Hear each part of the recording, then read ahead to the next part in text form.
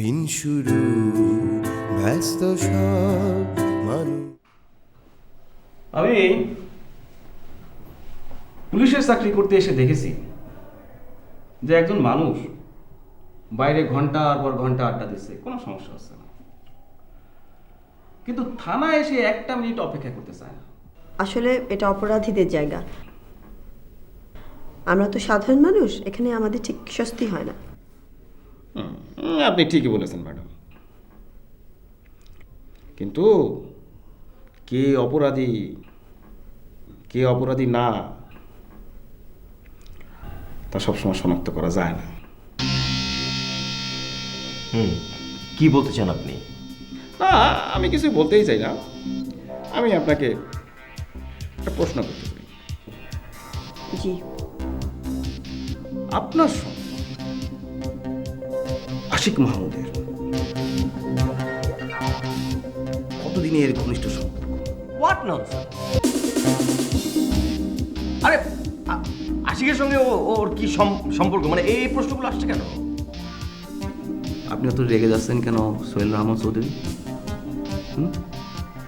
ঠিক আছে, আমি আপাতত সংশোধন করে দিচ্ছি।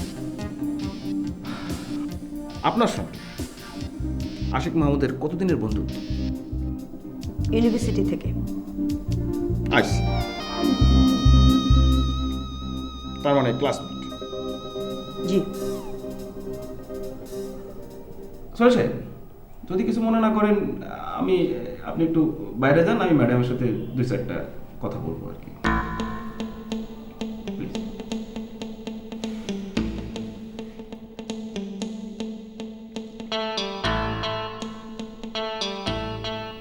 এটা কোনো দরকার ছিল না।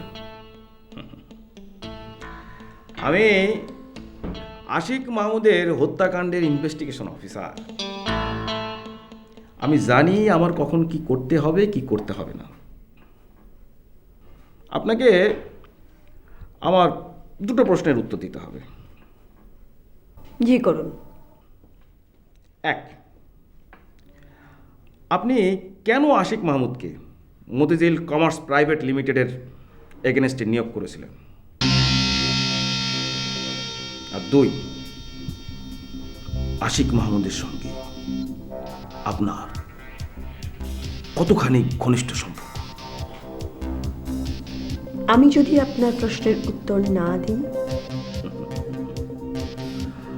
আজ না দেন কাল না দেন, একদিন না একদিন তো দিতেই হবে।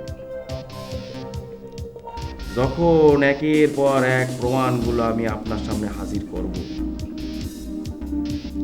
তখন আপনি উত্তর না দিয়ে যাবেন কোথায়?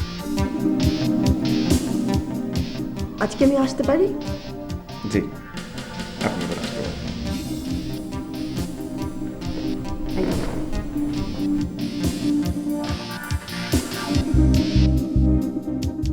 মানুষ নগরে স্বপ্ন সে যে চলে দু চোখ জুড়ে,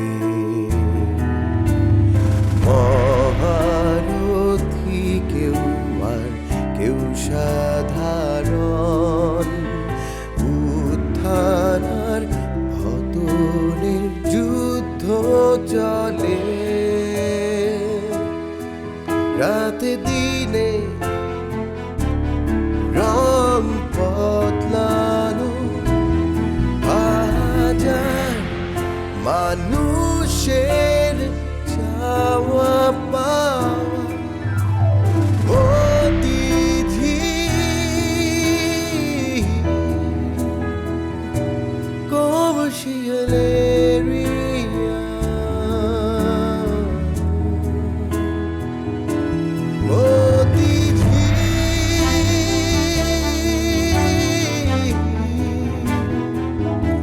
commercial area.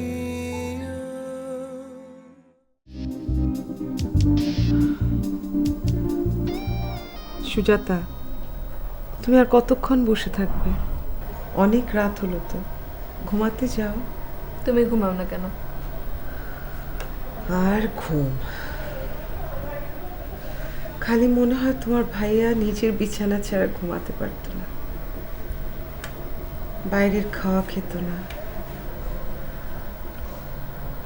সারাদিন অফিসের পর বাসায় আসার জন্য অস্থির হয়ে থাকত।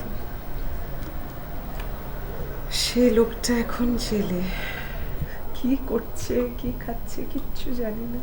ভাবি, আমার দিকে তাকাও।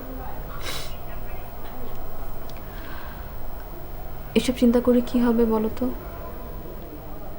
আমাদের হাতে তো কিছু নেই ভাবি। সো এখন ধৈর্য ধরো। কিন্তু একটা কথা শুনতে হবে তোমার আমার, সেটা হচ্ছে ইকবাল কোথায়? জানি না ভাবি। সুজাতা, এটা কি ধরনের ব্যবহার? ছেলেটা তোমার ভাবি, আমার সিদ্ধান্ত আমাকে নিতে দাও প্লিজ।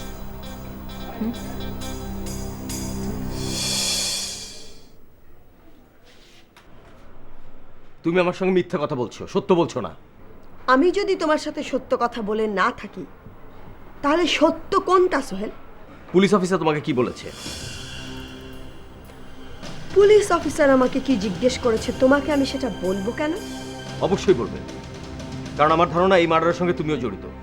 বাহ বাবা বাহ, খুন করলো তোমার ক্ষমতাশালী বড় ভাই আর দোষ এসে পড়লো আমার ঘাড়ে। বাহ, পুলিশ অফিসার তোমাকে কি বলেছে সেটা বলো। আমি বলেছি না তোমাকে আমি বলবো না, আর আমাকে জিজ্ঞেস করছো কেন? তোমার যদি এত জানতে ইচ্ছে করে যাও পুলিশ অফিসারকে গিয়ে জিজ্ঞেস করো। ওনাকে কেন জিজ্ঞেস করবো? কেন জিজ্ঞেস করবো ওনাকে? তুমি আমার স্ত্রী, তুমি বলতে বাধ্য। আমি তোমাকে একবার বলেছি আমি বলবো না। কেন বলবো না তুমি? আমি তোমাকে একদম খুন করবো, একদম গলা টিপে হত্যা করবো তোমাকে আমি। বাবা করো, বড় ভাই খুন করেছে তুমি বাদ যাবে কেন? করো করো, খুন করো, নাও ধরো।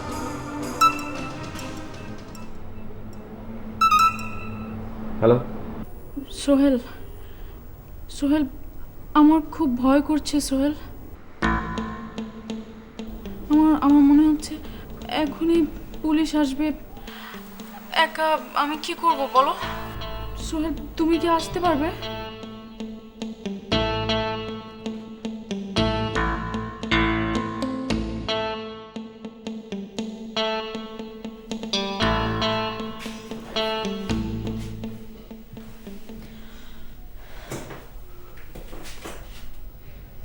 কি রাগ করেনি এখনো?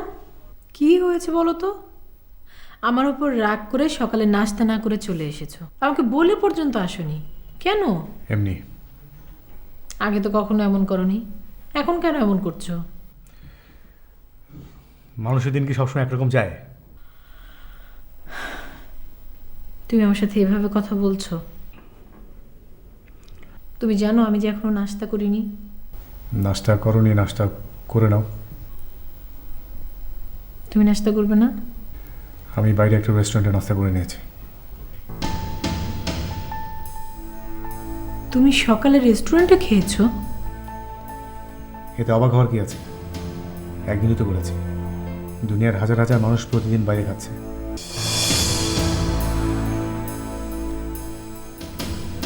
তুমি কিন্তু আমাকে অপমান করছো। তুমি আমাকে অবাক করছো। রেস্টুরেন্টে নাস্তা করলে মানুষ অপমানিত হয় আমার জানা ছিল না।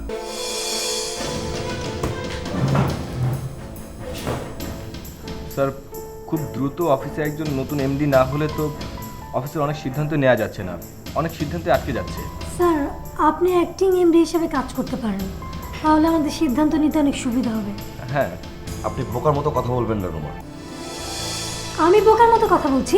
হ্যাঁ অবশ্যই, কারণ মতিঝিল কমার্স প্রাইভেট লিমিটেডের চেয়ারম্যান কাম এমডি হলেন একরামুল হক চৌধুরী।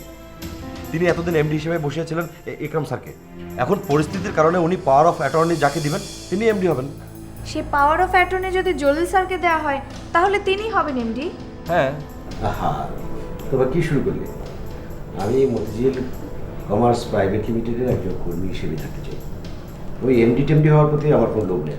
কিন্তু স্যার, আপনি তো এই পদটার জন্য যোগ্য দাবিদার, আর এখন মাঝখান থেকে নতুন একজন এমডি চলে আসবে। স্যার আসেন স্যার।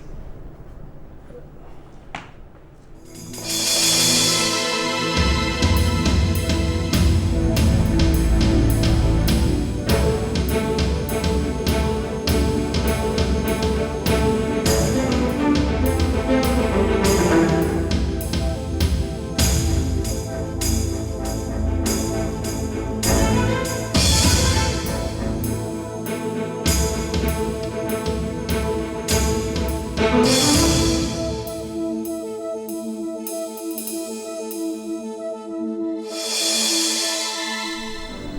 বাবা আমার জামিন হচ্ছে না? চেষ্টা তো করছি। কোর্ট 3 বার তোমার জামিন রিফিউজ করেছে। লয়াররা কি করছে? কি বলছো তুমি? দেশের 3 জন বড় ব্যারিস্টার তোমার জামিনের জন্য লড়ছেন। তাহলে জামিন হচ্ছে না কেন? কি করে হবে? তুমি বারবার বলছো তুমি লোকটাকে গুলি করেছো। এখন কোন গ্রাউন্ডে জামিন দেয়? তাহলে বাবা আমার জামিন হবে না? হবে না বলছি না, আমরা তো চেষ্টা করছি, একটু সময় লাগবে আর কি। তোমাকে একটু কোঅপারেট করতে হবে। শুরুতে আমি আপনাদেরকে আমার পরিচয়টা করে নিই। আমি জাহিদ চৌধুরী, কোম্পানির নতুন এমডি। Congratulation sir. বলুন। Sure sir. Sir, Ali Ahmed manager procurement হিসেবে আমাদের এখানে কাজ করছেন। স্যার, আলী ভাইয়ের পাশে আছে রুমা। স্যার, উনি সিনিয়র এক্সিকিউটিভ হিসেবে আমাদের সাথে কাজ করছেন। স্যার, ও পাশে আছে কনক, জুনিয়র এক্সিকিউটিভ হিসেবে আমাদের সাথে কাজ করছেন। আর মাঝখানে আছে তারিক, উনিও স্যার জুনিয়র এক্সিকিউটিভ হিসেবে কাজ করছেন। আর স্যার, ও পাশে আছে আমাদের আসাদ, উনি স্যার এক্সিকিউটিভ ফিনান্স হিসেবে আছেন। ওকে, ফাইন। আপনারা যে যে যার যার কাজে যান। আমার যদি প্রয়োজন হয় আমি আপনাদেরকে ডাকবো। Thank you Jalil uncle.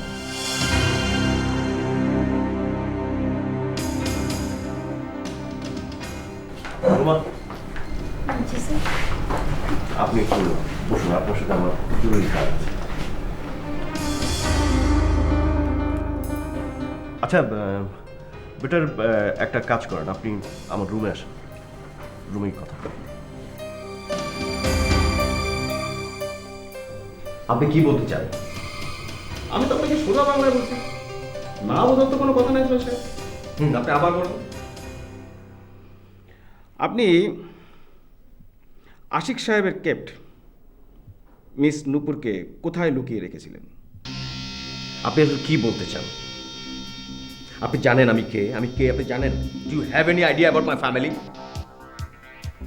জানি বলেই তো আপনাকে ডেকে পাঠিয়েছি। আপনি মানি লোক, তাই আপনাকে সম্মান করেছি। সাধারণ লোক হলে তো ঠেঙিয়ে নিয়ে আসতাম। নুপুর টুপুর আমি কাউকে চিনি না। কিন্তু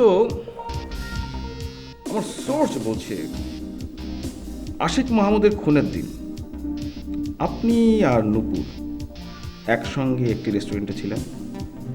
ড্যাম ইওর সোর্স। দেখেন, সোর্সটা তো কত কথা বলে। সব কথা কি সব অনুমান কি সত্য?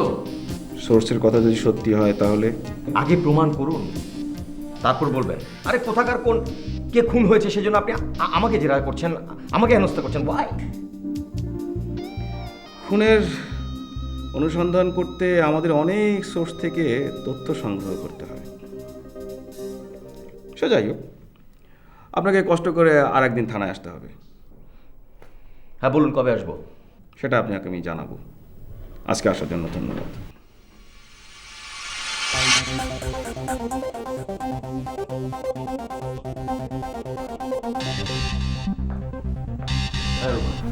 বসুন।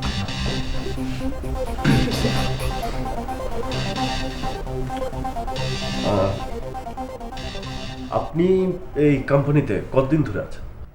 স্যার 8 বছর ধরে। কেমন লাগে আমাদের কোম্পানি? স্যার খুবই ভালো লাগছে। আচ্ছা রুমা, আমাদের কোম্পানিতে কোনো রকমের গ্রুপিং আছে? না না রুমা, ভয় পাওয়ার কিচ্ছু নেই। আপনি আমার কাছে একদম নিশ্চিন্তে বলতে পারেন। স্যার আমি জানি না। আপনি মিথ্যা কথা বলছেন।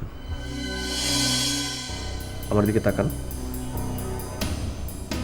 দেখুন রুমা, আপনারা হচ্ছেন এই কোম্পানির অ্যাসেট। আমি চাই কোম্পানির সবাই খুব মিলেমিশে কাজ করবে একসাথে এবং প্রত্যেকের প্রপার রেসপেক্ট। স্যার, আমি এই অফিসে একজন সিনিয়র এক্সিকিউটিভ মাত্র। বড়দের দলাদলের বিষয়ে আমি জানি না। বাহ, আপনি চোখে চোখ রেখে তো খুব সুন্দর মিথ্যে কথা বলতে পারেন।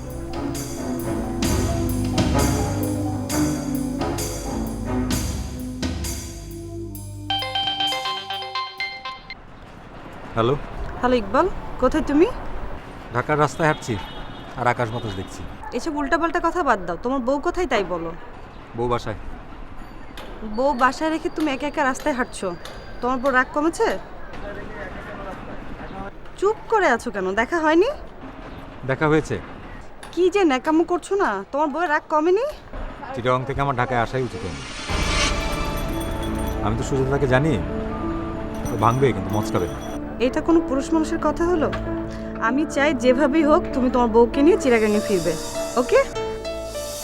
নিজেকে একটু শক্ত করো বৌমা। তুমি ভেঙে পড়লে আমরা কি করি? বাবা, আমি শক্তই আছি। ইমরানের জন্য খারাপ লাগছে।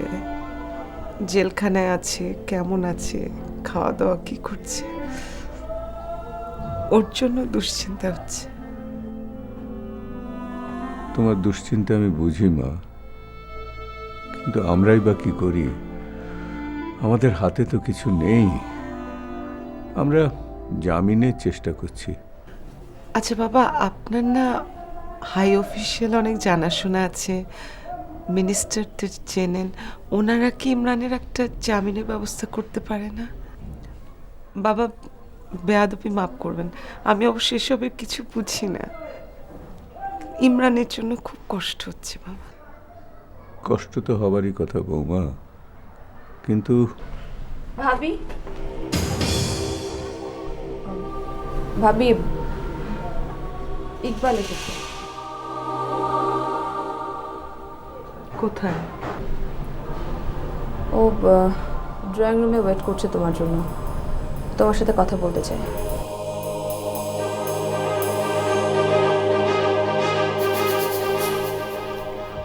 মা,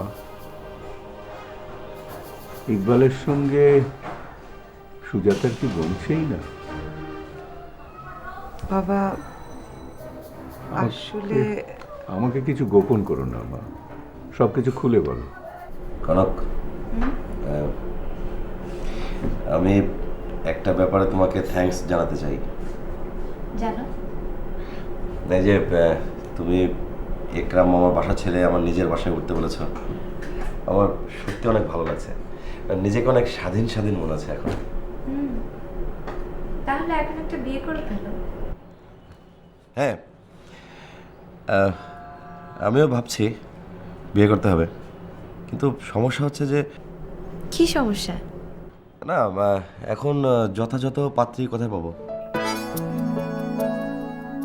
আমি তো যাকে তাকে বিয়ে করতে পারি না, তুমি কি বলো?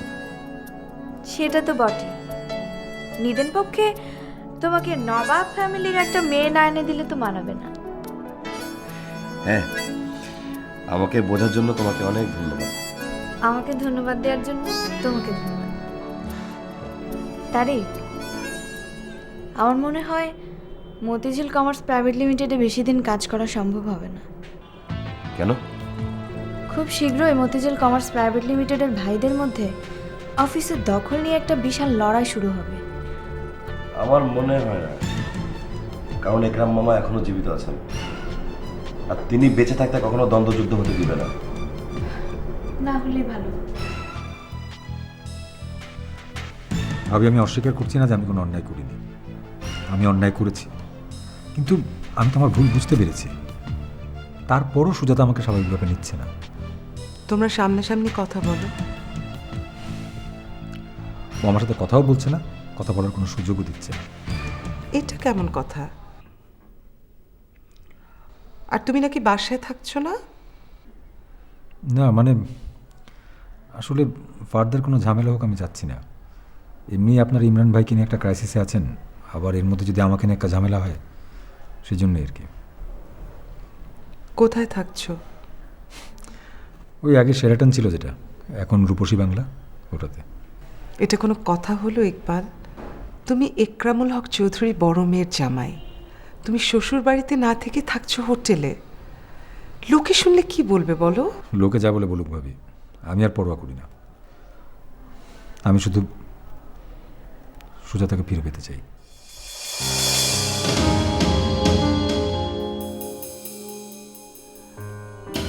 সুজাতা এসো, বসো।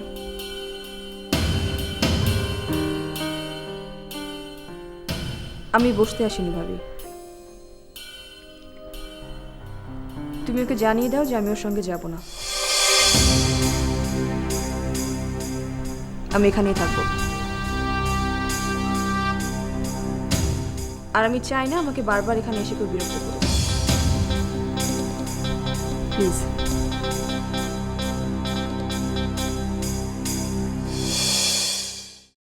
রাতে দিনে রং বদলানো হাজার মানুষের চাওয়া